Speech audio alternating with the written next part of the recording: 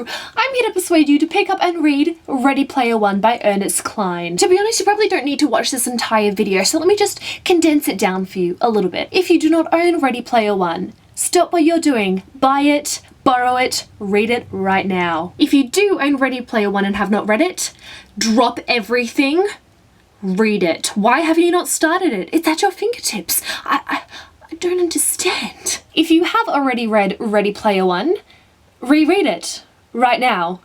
That's what I would love to do. As soon as I finished it, I wanted to pick it straight back up again and read it again and again and again. If you're still here, I'm assuming you do need a little extra push, so continue watching.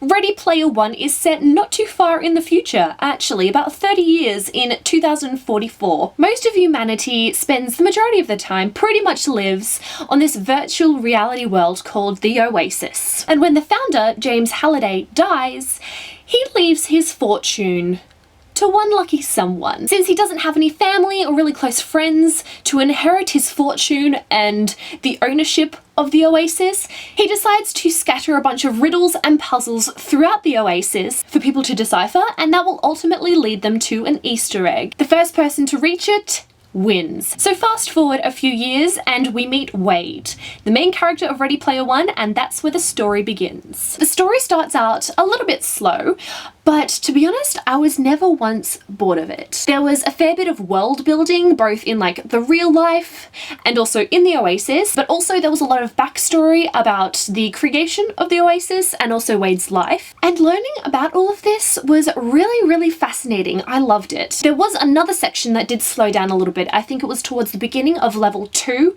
the second part in this book. It didn't keep my attention quite as much, but even still, it picks up pace really quickly and gets really exciting. So if you do find yourself struggling to kind of work through the slower parts of the book, especially towards the beginning, push through it. It is so worth it. I didn't really love the main character Wade. I thought he was a very interesting character though. I think my favorite character would be H.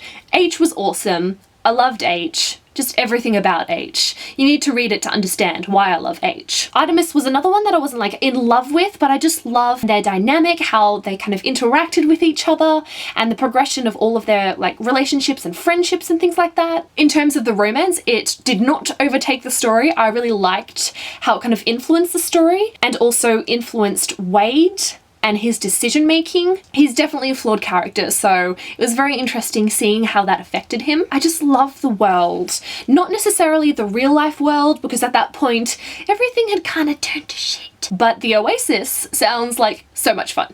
So much fun. I used to play a couple of MMORPG games when I was younger, so it definitely appealed to my inner child. But even still, I just love the thought of this virtual reality. You can literally submerge yourself in the world, this whole crazy new universe, and in the Oasis, the possibilities are endless. It just sounds like such a fun place. I think I probably would get insanely addicted, which is probably not the healthiest thing, but still, I wanna at least try it. I think that this book has a little something to appeal to everyone, readers and non-readers alike. There's 80s pop culture references, video games, computer and technology, adventure, a little bit of romance. If you like any of these, any combination of these, maybe none of those elements at all, I still think you'd really enjoy it. To be honest, I really do. It's just so good. It's such a fun, engaging, and epic story. I just loved it so much. So much. Just the adventure, hectic, badass moments, crazy, insanity. Oh my goodness. This has become not only one of my favorite reads of 2014, but definitely one of my favorite books of all time. I would recommend this to anyone and everyone, so if you have not picked up this book already, I highly recommend you do, even if the synopsis did not sound appealing whatsoever. Since I read this for the little book club, there's a lot of discussion going around, and pretty much every single person who said that they were not intrigued by the synopsis alone was pleasantly surprised, if not like astounded, by how much they enjoyed this book. And yeah, I really urge you to pick it up. It's so good. It's so good. I can't even, like, It is so good.